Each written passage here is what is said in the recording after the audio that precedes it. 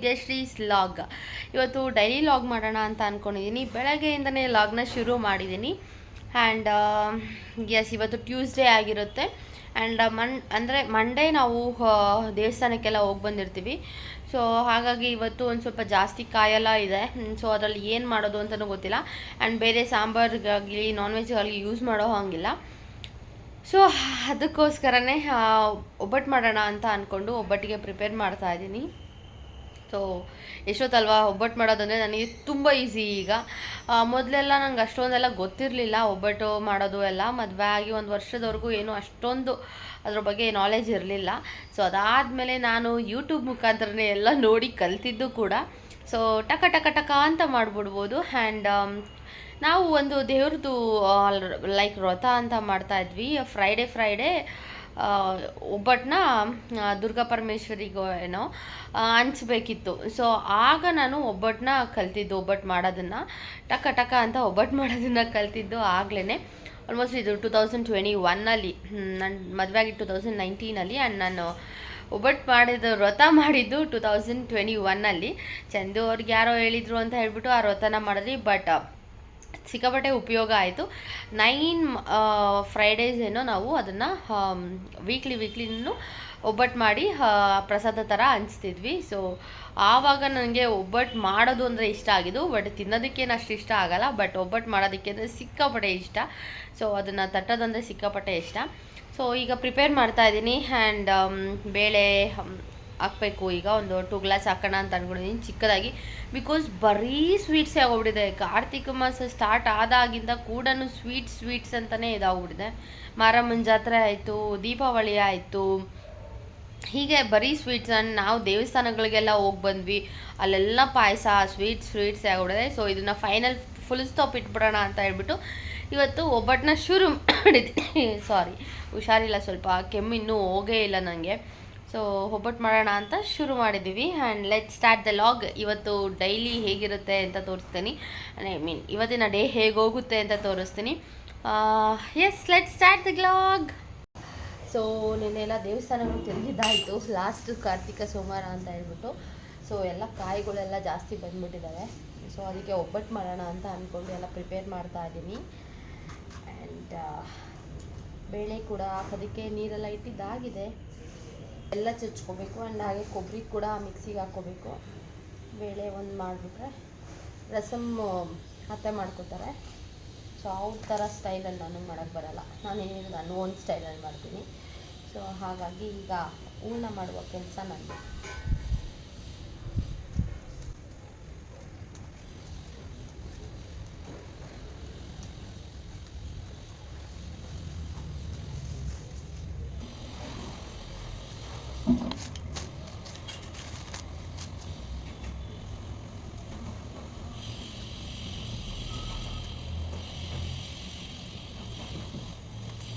ಬೆಲ್ಲ ಎಲ್ಲ ರೆಡಿಯಾಗಿದೆ.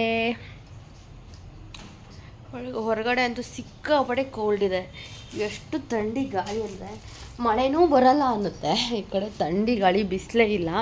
ನನ್ನ ಪಾತ್ರೆ ಎಲ್ಲ ವಾಶ್ ಮಾಡಿದ್ದಾಗಿದೆ. ಬೆಳಗ್ಗೆ 2 ಥರ ವೆರೈಟಿ ಆಗೋಯ್ತು ನಮ್ಮ ಮನೆಯಲ್ಲಿ ಅಡುಗೆ. ಸೊ ಒಂದು ಚಿತ್ರಾನ್ನ, ಒಂದು ಉಪ್ಪಿಟ್ಟು.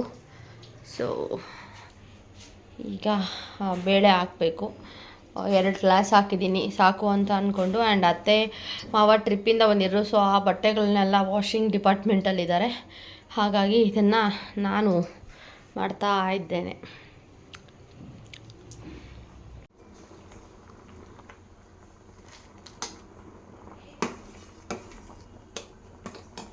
ಬಂದು ಸಾಂಬಾರಿಗೆ ಇವರು ಒಂಥರ ಬೇರೆ ಥರ ಮಾಡ್ತಾರೆ. ಒಬ್ಬಟ್ಟು ಸಾರನ್ನು ಒಂದೇ ಥರ, ಆ್ಯಂಡ್ ಬಸ್ಸಾರು ಕೂಡ ಒಂದೇ ಥರ ಮಾಡ್ತಾರೆ. ಆ್ಯಂಡ್ ಈಗ ಬೆಳ್ಳುಳ್ಳಿ ಹಚ್ಕೊಟ್ಟಿದ್ದೀನಿ. ಸೊ ಹೊರಗಡೆ ಹೋಗಿದ್ದಾರೆ. ಆ್ಯಂಡ್ ಕೊಬ್ಬರಿ ಮತ್ತು ಬೆಲ್ಲನ ಮಿಕ್ಸ್ ಮಾಡಿಬಿಟ್ಟಿದ್ದೀನಿ, ಒಟ್ಟಿಗೆ ಕರಗಿಸಿದ್ರೆ ಆಗುತ್ತೆ ಅಂತ ಹೇಳ್ಬಿಟ್ಟು. ಈಗ ಇದೊಂದು ಸ್ವಲ್ಪ ಕ್ಲೀನ್ ಮಾಡ್ಕೋಬೇಕು. ರೆಡಿ ಒಬ್ಬಟ್ಟು ಎಲ್ಲ ಇತ್ತಲ್ವ. ಸೊ ಅದನ್ನು ಬೇಳೆ ಜೊತೆ ಮಿಕ್ಸ್ ಮಾಡಿ ಸ್ವಲ್ಪ ಸಿಮ್ಮಾಗೆ ಕುದಿಯೋಕ್ಕೆ ಬಿಟ್ಟಿದ್ದೀನಿ. ನೀರೆಲ್ಲ ಕಂಪ್ಲೀಟಾಗಿ ಬಗ್ಗಿಸ್ಬಿಟ್ಟಿದ್ದೀನಿ. ಸೊ ಈ ನೀರನ್ನ ನಾವು ಸಾಂಬಾರಿಗೆ ಯೂಸ್ ಮಾಡ್ಕೊಳೋದು. ಸ್ವಲ್ಪ ಬೇಳೆ ಕೂಡ ಎತ್ತಿಟ್ಟಿದ್ದೀನಿ. ಸೊ ಅತ್ತೆಗೆ ರಸಮ್ಗೆ ಬೇಕಾಗುತ್ತೆ ಅಂತ ಹೇಳ್ಬಿಟ್ಟು. ಆ್ಯಂಡ್ ಇದು ಒಂದು ಸ್ವಲ್ಪ ಇದು ಬೆಲ್ಲ ಎಲ್ಲ ನೀಟಾಗಿ ಕರಗ್ಬಿಟ್ರೆ ಒಬ್ಬಟ್ಟನ್ನ ಮಿಕ್ಸಿಗೆ ಹಾಕ್ಕೊಳೋದು ಅಷ್ಟೇ, ಒಬ್ಬಟ್ಟನ್ನ ರೆಡಿ ಆಗುತ್ತೆ. ಅಷ್ಟರಲ್ಲಿ ನಾನೀಗ ಬಾಳೆಕಾಯಿ ಬಜ್ಜಿಗೆ ಪ್ರಿಪೇರ್ ಮಾಡ್ತಾ ಇದ್ದೀನಿ. ಸೊ ಕಡಲೆ ಹಿಟ್ಟು, 1 ಟೇಬಲ್ ಸ್ಪೂನ್ ಆಫ್ ಅಕ್ಕಿ ಹಿಟ್ಟು ಅದನ್ನೆಲ್ಲ ಹಾಕ್ಕೊಂಡು ಉಪ್ಪು ಮತ್ತು ಖಾರ ನಮಗೆ ಎಷ್ಟು ಬೇಕೋ ಅಷ್ಟನ್ನು ಹಾಕ್ಕೊಂಡು, ನಾನು ಸೋಡಾ ಏನು ಯೂಸ್ ಮಾಡಲ್ಲ, ಬಿಕಾಸ್ ನನಗೆ ಸೋಡಾ ಅದೆಲ್ಲ ತಿಂದರೆ ಗ್ಯಾಸ್ಟ್ರಿಕ್ ಜಾಸ್ತಿ ಆಗೋಗ್ಬಿಡುತ್ತೆ. ಅದಕ್ಕೆ ನೀರು ಅದಕ್ಕೆ ನೋಡಿಕೊಂಡು ನಾವು ನೀರು ಹಾಕ್ಕೊಂಡು ಕಲಿಸ್ಕೋಬೇಕು. ಸೊ ಸ್ವಲ್ಪ ಹೊತ್ತು ಬಿಟ್ಟರೆ ಅದೇ ಚೆನ್ನಾಗಿ ಬರುತ್ತೆ, ಸೋಡಾ ಹಾಕೋ ಅಗತ್ಯನೇ ಇರಲ್ಲ. ಸೊ ಇಮಿಡಿಯೇಟಾಗಿ ಬೇಕು ಅಂದರೆ ಮಾತ್ರ ಸೋಡಾ ಹಾಕೋಬೇಕಾಗುತ್ತೆ. ಸೊ ನೋಡಿ, ಈ ಹದಕ್ಕೆ ಕಲಿಸ್ಕೊಂಡು ಇಟ್ಕೊಂಡ್ರೆ ಬಾಳೆಕಾಯಿ ಬಜ್ಜಿಗೆ ಹಿಟ್ಟು ರೆಡಿ ಆಗುತ್ತೆ. ಸೊ ಬಾಳೆಕಾಯಿ ನೋಡಿ ಈ ಥರ ಇದೆ. ಸೊ ಈ ಬಜ್ಜಿ, ಖಾರದ ಬಜ್ಜಿ ತಿನ್ನೋದಕ್ಕಿಂತ ಬಾಳೆಕಾಯಿ ಬಜ್ಜಿ ತಿನ್ನೋದು ಬೆಸ್ಟ್ ಅಂತ ಅನಿಸುತ್ತೆ. ಸೊ ಅದರಲ್ಲಿ ಏನೂ ಲೈಕ್ ಪ್ರೋಟೀನ್ ಅಂಶ ಆಗಲಿ ಏನೂ ಸಿಗಲ್ಲ ಬರೀ ಬಜ್ಜಿಯಲ್ಲಿ, ಅದೇನಿದ್ರು ಚಳಿಗೆ ಚೆಂದ ಇರುತ್ತೆ.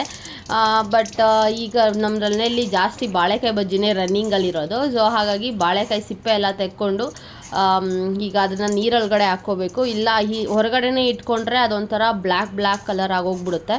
ಸೊ ಅದಕ್ಕೆ ಈಗ ಎಲ್ಲ ಸಿಪ್ಪೆ ತೆಗೆದ್ಬಿಟ್ಟು ಅದನ್ನು ಹಚ್ಕೊಂಡು ನಮ್ಗೆ ಯಾವ ಸೈಜಿಗೆ ಬೇಕೋ ಆ ಸೈಜ್ಗೆ ಹಚ್ಕೋಬೋದು. ನಾನು ಸ್ವಲ್ಪ ಉದ್ದುದ್ದನೇ ಹಚ್ತೀನಿ, ತಿಂದಂಗೆ ಅನ್ನಿಸ್ಬೇಕು. ಚಿಕ್ಕದಾಗಿ ಹಚ್ಬಿಟ್ರೆ ಅದು ಎಷ್ಟಂತ ತಿನ್ನೋದಕ್ಕಾಗುತ್ತೆ ಅಲ್ವಾ. ಸೊ ಈ ಥರ ತೆಳ್ಳಕ್ಕೆ ಉದ್ದುದ್ದಕ್ಕೆ ಹಚ್ಕೊಂಡ್ರೆ ಚೆನ್ನಾಗಿರುತ್ತೆ. ಸೊ ನೀವು ಕೂಡ ಒಂದು ಸಲ ಟ್ರೈ ಮಾಡಿ. ಸೊ ಈ ಥರ ಹಚ್ಕೊಂಡು ನೀರಲ್ಲಿ ಹಾಕಿ ಇಟ್ಟರೆ ಅದೇನು ಕಪ್ಪಗೇನೂ ಆಗಲ್ಲ. ಇಲ್ಲ ಹೊರಗಡೆನೇ ಇಟ್ಟರೆ ಅದು ಫುಲ್ ಕಪ್ಪಗಾಗಿ ಹೋಗ್ಬಿಡುತ್ತೆ. ಆ್ಯಂಡ್ ಹಿಯರ್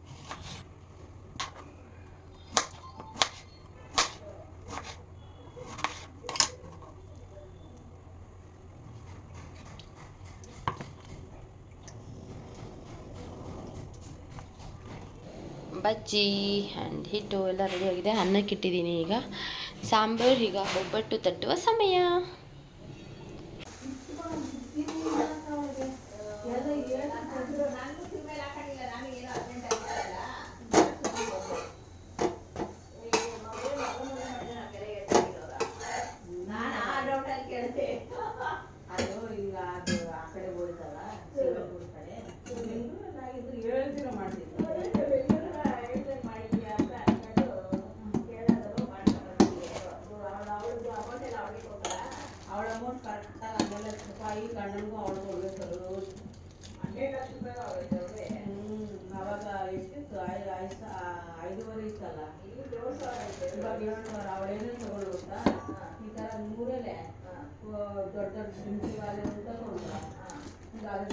ನಾನು ಒಬ್ಬಟ್ಟು ತಟ್ಟಷ್ಟರಲ್ಲಿ ಸರ್ಪ್ರೈಸ್ ಆಗಿ ನಮ್ಮ ಅತ್ತೆ ಫ್ರೆಂಡ್ ಇನ್ನೊಬ್ರು ಕೂಡ ಬಂದುಬಿಟ್ರು.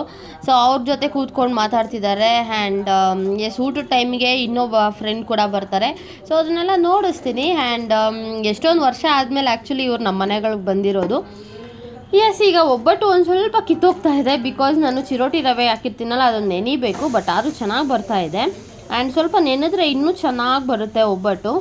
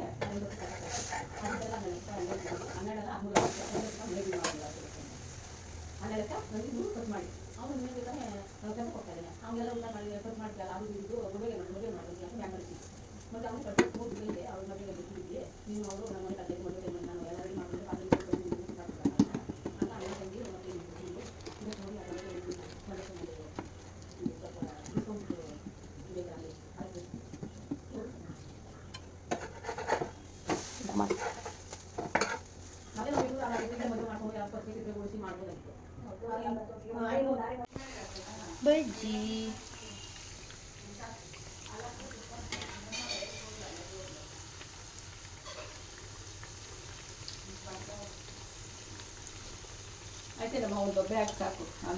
ಫೈನಲಿ ಎಲ್ಲರದು ಊಟ ಕೂಡ ಆಯಿತು. ಆ್ಯಂಡ್ ಚಿತ್ರಾನ್ನ, ಬಜ್ಜಿ, ಒಬ್ಬಟ್ಟು, ತುಪ್ಪ, ಅನ್ನ, ರಸಮ್ ಸೊ ಇಷ್ಟು ಐಟಮ್ಸ್ ಆಗಿತ್ತು. ಆ್ಯಂಡ್ ಹೆಸರುಬೇಳೆ ಕೂಡ ಮಾಡಬೇಕು ಅಂದ್ಕೊಂಡೆ, ಬಟ್ ಥಂಡಿ ಸಿಕ್ಕಾಪಟ್ಟೆ ಇರೋದ್ರಿಂದ ಮಾಡೋಕ್ಕಾಗಿಲ್ಲ.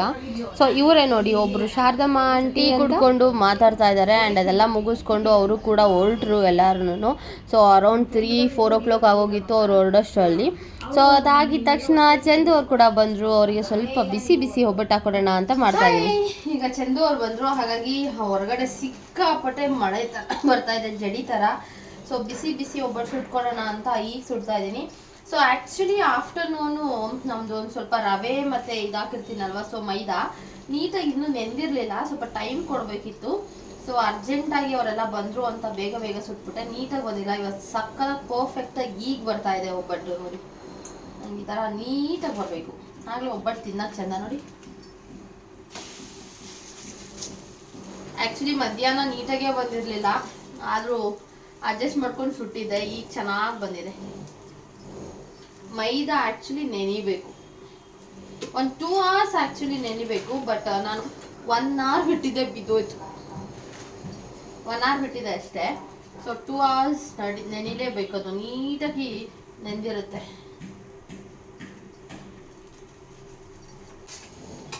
ಸೊ ಸ್ನಾನ ಮಾಡಿ, ಈ ಚಳಿಯಲ್ಲಿ ಕೂಡ ಸ್ನಾನ ಮಾಡಿ ಈಗ ಫ್ರೆಶ್ನಪ್ ಆಗಿ ಬಂದಿದ್ದೀನಿ. ರಸಮ್ಗೆ ಬಿಸಿ ಇಟ್ಟಿದ್ದೀನಿ. ಸೊ ಬೇಗನೆ ಅರ್ಲಿ ಡಿನ್ನರ್ ಮುಗಿಸ್ಕೊಂಡು ಗಣಪತಿ ದೇವಸ್ಥಾನಕ್ಕೆ ಹೋಗಿ ಬರೋಣ ಅಂತ ಅಂದ್ಕೊಂಡಿದ್ದೀನಿ. ಬಿಕಾಸ್ ಇವತ್ತು ಟ್ಯೂಸ್ಡೇ ಆಗಿರೋದ್ರಿಂದ ಗಣಪತಿಗೆ ಕರ್ಪೂರ ಹಚ್ಬೇಕಿತ್ತು ನಾನು. ಸೊ ಹೋಗಿ ಬರೋಣ ಅಂತ ಅಂದ್ಕೊಂಡಿದ್ದೀನಿ. ಮಳೆ ಮಳೆ ಬಿಟ್ಟರೆ ಮಳೆ ಅಂತಲ್ಲ, ತುಂಬ ಜಡಿ ಬಂದ್ಬಿಟ್ಟಿದೆ. ಯಾವ ಥರ ಜಡಿ, ಸಣ್ಣ ಸಣ್ಣ ಜಡಿ, ಚಳಿ ಬೇರೆ ಜಾಸ್ತಿ ಇದೆ ಸಿಕ್ಕಾಪಟ್ಟೆ. ಸೊ ನೋಡೋಣ, ಅಲ್ಲಿ ಡಿನ್ನರ್ ಮುಗಿಸ್ಕೊಂಡು ಬೇಗನೆ ಹೋಗೋಣ. ಈಗಿನ್ನೂ ಟೈಮ್ ಬಂದು 6 o'clock ಕೂಡ ಆಗಿಲ್ಲ ಇನ್ನು. ಊಟ ಎಲ್ಲ ಮುಗಿಸ್ಕೊಂಡು ನಾವು ಗಣಪತಿ ದೇವಸ್ಥಾನಕ್ಕೆ ಹೋದ್ವಿ. ಸೊ ಇವತ್ತು ಬೆಲ್ಲ ದೀಪ ಹಚ್ಚೋಣ ಅಂತ ಅಂದ್ಕೊಂಡು ಪ್ಲ್ಯಾನ್ ಮಾಡಿಕೊಂಡು ಹೋದೆ. ಸೊ ಚೆನ್ನಾಗಿ ದರ್ಶನ ಕೂಡ ಆಯಿತು. ಆ್ಯಂಡ್ ಮಳೆ ಕೂಡ ಸ್ವಲ್ಪ ಕಡಿಮೆ ಆಗಿತ್ತು. ಆ್ಯಂಡ್ ನೋಡಿ, ಇದು ನಾವು ಹೋಗೋ ಗಣಪತಿ ದೇವಸ್ಥಾನ ಅಂತ ಇಲ್ಲೇ ನಮ್ಮ ಮುಂದಿನ ಲೇಔಟಲ್ಲಿದೆ, ಲೈಕ್ ಸೌಂದರ್ಯ ಲೇಔಟಲ್ಲಿದೆ. ಸೊ ಈ ಲಾಗ್ ಇಷ್ಟವಾಗಿರುತ್ತೆ ಅಂತ ಅಂದ್ಕೊಂಡಿದ್ದೀನಿ. ಈ ಲಾಗ್ ಇಷ್ಟವಾಗಿದ್ದರೆ ಲೈಕ್ ಮಾಡಿ, ಶೇರ್ ಮಾಡಿ, ಕಮೆಂಟ್ ಮಾಡಿ. ಇನ್ನೂ ಯಾರು ನನ್ನ ಚಾನಲ್ನ ಸಬ್ಸ್ಕ್ರೈಬ್ ಮಾಡ್ಕೊಂಡಿಲ್ಲೋ ದಯವಿಟ್ಟು ಪ್ಲೀಸ್ ನನ್ನ ಚಾನಲ್ನ ಸಬ್ಸ್ಕ್ರೈಬ್ ಮಾಡ್ಕೊಳ್ಳಿ. ಫುಲ್ ವೀಡಿಯೋಸ್ನ ಕಂಪ್ಲೀಟಾಗಿ ನೋಡಿ. Thank you for watching this vlog. Lots of love. Thank you.